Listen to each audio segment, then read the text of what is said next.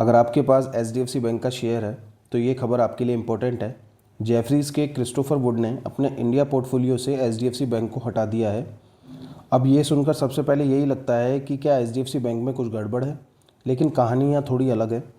क्योंकि कुछ समय पहले जेफरीज का एचडीएफसी बैंक पर पॉजिटिव व्यू था और उन्होंने करीब 1240 का टारगेट भी दिया था। लेकिन अब एचडीएफसी बैंक को पोर्टफोलियो से क्यों हटाया गया है, सबसे इम्पोर्टेंट, अगर आपके पास में एचडीएफसी बैंक है तो आपको क्या करना चाहिए, चलिए इस खबर को पूरी तरह समझते हैं। नमस्कार दोस्तों, स्वागत है आपका निवेश हब में। 7 अगस्त 2026 को जेफरीज के क्रिस्टोफर वुड ने अपने इंडिया लॉन्ग ओनली पोर्टफोलियो में कुछ बदलाव किए हैं। इस बदलाव में एचडीएफसी बैंक और पीबी फिनटेक को बाहर किया गया है। वही एमसीएक्स और लेंसकार्ट सॉल्यूशन को पोर्टफोलियो में शामिल किया गया है। बजाज फाइनेंस को भी पोर्टफोलियो में जगह मिली है। अब यहाँ एक बहुत इंपॉर्टेंट बात है कि एचडीएफसी बैंक को पोर्टफोलियो से हटाया ही क्यों गया है। इसका मतलब ये नहीं है कि जेफरीज ने एचडीएफसी बैंक को सेल कर दिया है, दोनों अलग चीज़ें हैं। देखिए, मान लीजिए आपके पास में 5 अच्छे स्टॉक हैं। मैं एक एग्जांपल से आपको समझाना चाहता हूँ। और आपके पांचों कंपनीज़ जो है आपको अच्छी लगती है, लेकिन आपको लगता है कि आने वाले समय में दूसरे स्टॉक्स में ज़्यादा ग्रोथ का मौका मिलेगा, तो आप अपने पैसे का कुछ हिस्सा जो है दूसरे स्टॉक्स में शिफ्ट कर देते हैं। तो इसका मतलब ये नहीं होता कि पहले वाला स्टॉक ख़राब हो गया है, बस आपको दूसरा स्टॉक्स में अपॉर्चुनिटी अच्छी लग रही है और अट्रैक्टिव लग रही है। तो इसी तरीके से क्रिस्टोफर वुड ने अपने पोर्टफोलियो में बदलाव किया है। इसका एग्जैक्ट रीज़न उन्होंने रिपोर्ट में एचडीएफसी बैंक को इस तरह नहीं बताया कि भाई हम एचडीएफसी बैंक को इसलिए बेच रहे हैं क्योंकि कंपनी में ये प्रॉब्लम है। देखिए, इसको बिना प्रूफ के कोई कहानी नहीं माननी चाहिए। अब सबसे इंटरेस्टिंग बात यह है कि मार्च 2026 में जेफरीज ने एचडीएफसी बैंक पर बाइंग रेटिंग मेंटेन की थी और करीब 1240 का टारगेट दिया था।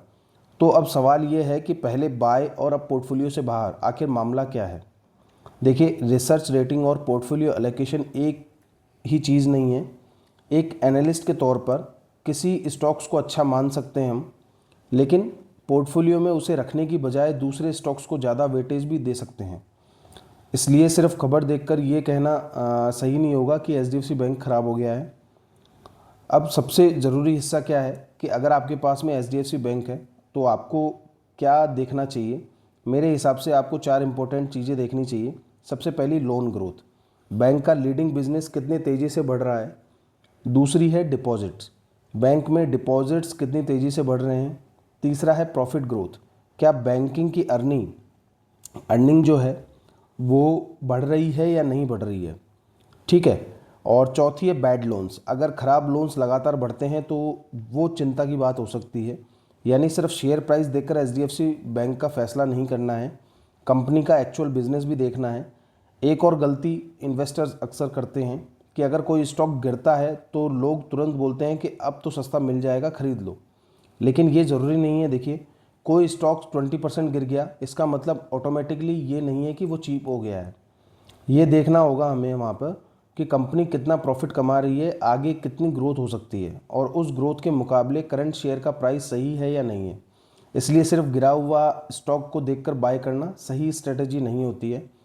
सबसे बड़ा अब सवाल ये है कि एचडीएफसी बैंक में बाय करना है, होल्ड करना है या सेल करना है। देखिए, सिर्फ जेफरीज के एक इस पोर्टफोलियो चेंज के आधार पर मैं कोई बाय या सेल डिसीजन नहीं दूंगा। अगर आपके पास में पहले से एचडीएफसी बैंक है तो सिर्फ खबर देखकर पैनिक में बेचने की ज़रूरत नहीं है। लॉन्ग टर्म इन्वेस्टर हैं तो आने वाले रिजल्ट, लोन ग्रोथ और डिपॉजिट प्रॉफिट्स को और बैड लोन्स को देखते रहिए।